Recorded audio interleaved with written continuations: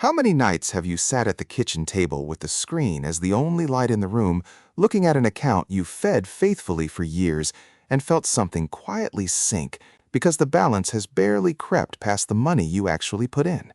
And in that stillness, did a small voice start asking whether the restless ones, the traders, the timers, the people who lean into every headline, had it right all along, while you were busy being sensible? Nothing has gone wrong here. That flat, unmoving number is the sound of compounding doing exactly what it does before it's ready to show you. That voice at the kitchen table is the whole reason for this episode. Over the next 20 minutes or so, we'll follow compounding through its natural seasons: the seed that looks like nothing, the slope that finally steepens, the storm you learn to sit through, the temptation to outsmart the entire thing, and the long harvest waiting at the far end of it. By the time we're done, you'll understand, calmly, without needing to be clever about markets, why doing less can quietly build more. And you'll see why patience isn't a polite word for missing out. It's the entire strategy. So let's begin where every real thing begins, underground, where nothing much seems to be happening at all. Chapter 1. The seed that looks like nothing. Picture the first 3 years of steady, faithful contributions. Every month, without fail, you move a little money across. And every month you check, the balance looks like almost nothing more than the sum of what you deposited, as if you'd simply been shifting coins from one pocket to another and calling it progress. There's a particular kind of discouragement in that. It doesn't shout, it just sits there, a slow leak of faith, whispering that this careful thing you're doing might be a waste of the one resource you can't replace. Here is what that whisper doesn't know. Think of an acorn in its first seasons. Above the soil, nothing. No trunk, no shade, no sign at all that a tree is coming. But underneath, out of sight, the oak is doing the only work that matters yet, sending down a root system, storing what it will one day need, building the anchor before it ever risks a single leaf to the wind. The stillness on the surface isn't failure, it's foundation. Your early balance is that surface. The engine underneath is already turning. When a sum begins to double, the earliest doublings are absolutely real, but so small in plain dollars that the eye simply refuses to count them as anything. A few coins become a few more coins. It feels like rounding error. It is not rounding error. It is the first turn of a wheel that will, given time, become impossible to stop. So in these years, stop holding the seedling up against the full-grown forest and grading yourself on the gap. That comparison will only ever break your heart. Judge yourself instead by the one thing you actually control: the steadiness of the contributions. Did you keep feeding it? Then you are winning, even when the number says you're standing still. And the number will not stay still forever, because somewhere ahead of you, the ground begins to tilt. Chapter 2. The Widening Slope. Compounding is backloaded, and that single fact explains almost everything people get wrong about it. The curve rises so gently for so long that it feels like a straight line, a flat, patient march where each year adds about what the last one did. And then, quietly, it bends. It stops being a line and becomes a slope, and the slope keeps steepening because growth is now feeding on growth. Think of a snowball at the top of a long hill. Rolled by hand, it grows slowly, a little more with each turn, nothing dramatic. But set it on a long enough slope and let it go, and eventually it gathers snow faster than any pair of hands ever could. Notice what actually did the work there. Not the size of the ball you started with, the length of the hill. Time, in the end, matters far more than the size of your first push. There's a plain piece of arithmetic hiding underneath that picture, and it's worth sitting with, because it's the least intuitive true thing about money. When a sum doubles again and again, the final doubling adds more than every earlier doubling combined, every one of them, together. Let me make that tangible. Imagine a jar, and imagine the contents doubling a handful of times. The first double barely registers, a small heap becoming a slightly larger one. Double it again, and it's still modest, still the kind of thing you'd walk past. For most of its life, the jar looks unremarkable, almost boring, and anyone watching would swear nothing much is happening. Then comes the very last double, and in that single step, the jar gains more than it accumulated across its entire history up to that moment. All those quiet, unimpressive rounds weren't the warm-up before the real event. They were the event, building the base that made the final leap possible. Seen across broad market history, The long upward drift of decades tends to behave the same way, compressing much of its growth into the later stretch, arriving late to those who simply stayed. I offer that as the shape of the thing, never as a promise about any particular year in front of you. But the shape holds a warning inside it. The reward for patience is structurally late. It isn't missing. It's waiting for the hill to run out, which means you must never judge the whole journey from the flat part of the slope. And yet the flat part is exactly where most people are standing when they decide to quit. The slope only pays those still on it when it finally bends. And staying on it asks something of you that has nothing to do with math. It asks you to survive the weather. Chapter 3. The storm you sit through. Every long climb comes with a toll, and the toll for compounding is this: you must endure the downturns without pulling yourself out of the ground. That is the price. Not cleverness, not timing, endurance. Crashes are not proof that the climb has ended. They are the fare you pay to be aboard for the rest of it. Consider a tree in a hard storm. Its strength isn't in resisting the wind. A tree that only resists is a tree that snaps. Its strength is in roots deep enough to let it bend, hold, and still be standing when the sky clears. The shallow-rooted tree is the one that comes down. So is the shallow-rooted investor. Markets have their storms, and they arrive with a terrible sense of finality every single time. The crash of 1929, the grinding, demoralizing decline of the mid-1970s that just would not end, the single brutal day in 1987 when the floor seemed to vanish, the slow unwinding of the dot-com years, hope leaking out month after month, the deep fear of 2008, the sudden, vertical drop of early 2020 when the whole world seemed to stop at once. In the moment, each of these felt like the end of the story, not a chapter, the last page. And each, over time, was eventually absorbed into the longer arc of the climb. I say that as history, not as any guarantee that the future will rhyme with it, but the pattern is old, and it is worth knowing you are not the first to stand in this particular dark. There's a reason the storm hurts as much as it does, and it isn't weakness. Behavioral researchers describe something called loss aversion, the simple, stubborn fact that a loss lands on us far harder than an equal gain ever lifts us. A decline that exists only on paper, that you haven't locked in and don't have to, can feel like a house on fire. And when the mind feels fire, its oldest instinct is to run. That instinct kept our ancestors alive.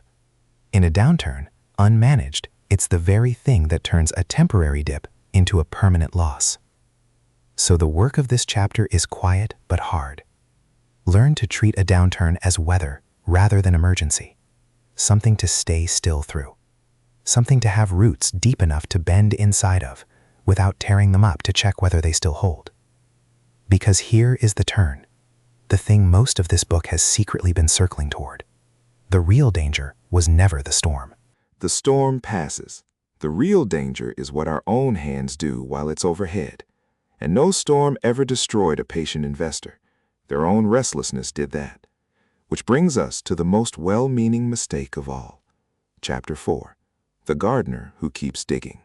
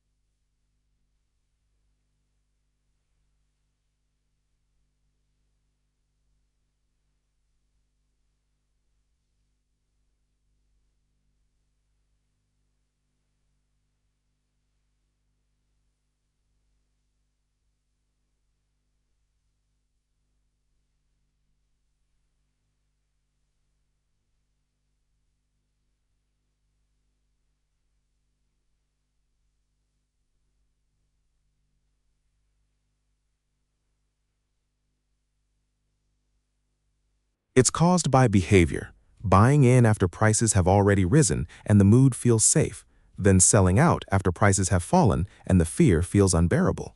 Buying high, selling low, one reasonable feeling decision at a time. There's a second, crueler detail underneath it. The market's strongest up days have a habit of clustering close to its worst ones, often in the same frightening stretch.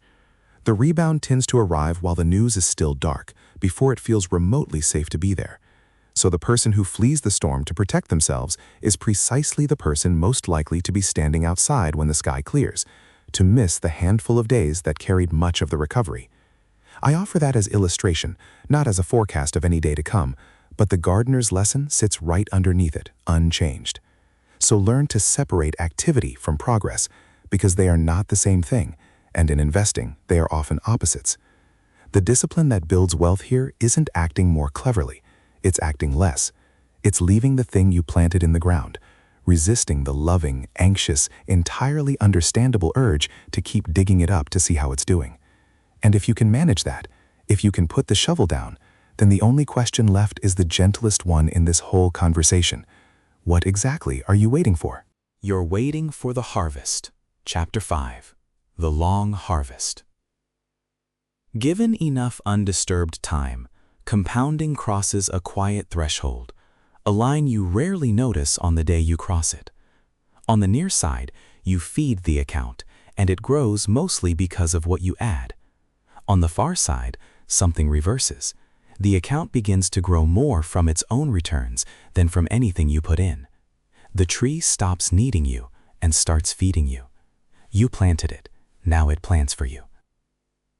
There's an old proverb that earns its single use right here. The best time to plant a tree was 20 years ago. The second best time is today. Hold both halves of that at once, because they're both true, and neither cancels the other. Yes, sooner would have been better. That's simply arithmetic, and no amount of regret changes it. And also, today is the second best moment that will ever exist, and it beats every day still ahead of you. The worst thing you can do with the knowledge that you started late is to use it as a reason to keep waiting. Picture the year a patient saver notices something they've never seen before. They add up everything they contributed across 12 months, every steady, faithful deposit, and then they look at how much the portfolio grew. And the growth is larger. The thing earned more on its own than they were able to feed it all year. That's the orchard finally bearing more than the seed. And it doesn't arrive as a windfall, a lucky ticket, a single brilliant call. It arrives as the plain, unglamorous result of decades of ordinary tending. Seen this way, financial independence stops looking like a jackpot to be caught at the perfect moment and starts looking like fruit, something that ripens on its own schedule once the roots are deep enough to support it. You don't chase fruit. You don't time it. You tend the tree and let the season come. So redefine wealth, gently, in your own mind. Not something you sprint after and snatch, but something you plant, protect, and allow to ripen. And then plant, today, no matter how late in the season it feels. The tree does not know what year you started. It only knows whether you left it in the ground. So let's go back to that kitchen table, and the flat balance, and the finger that hovers over the sell button when the headlines turn dark. I hope the whole scene sits a little differently now. That frozen number was never the market telling you that you'd chosen wrong. It was the seed underground, the flat part of the slope, the first quiet turns of a wheel too slow to see. You spent those years bracing for the patience to cost you something. It had been quietly earning the whole time. You just couldn't see the ledger yet. The waiting was the strategy. You don't have to be clever with the market to be rewarded by it. You mostly have to stay in your seat and be gentle with yourself in the long stretches where nothing seems to be happening, because that's exactly where the real work is being done. Wherever you are tonight, near the seed, weathering a storm, or closer to the harvest than you dare to believe, you are somewhere on the slope, and the slope is enough. If this quiet way of thinking about compounding brought your shoulders down even a little, subscribing is the simplest way to keep these slow, steady conversations coming, and I'd genuinely love to know, which idea stayed with you? The seed, the widening slope, the storm you sit through, the gardener who keeps digging, or the long harvest? Leave it in the comments and let the rest of us learn from whatever it was that settled you. Until next time, take your time.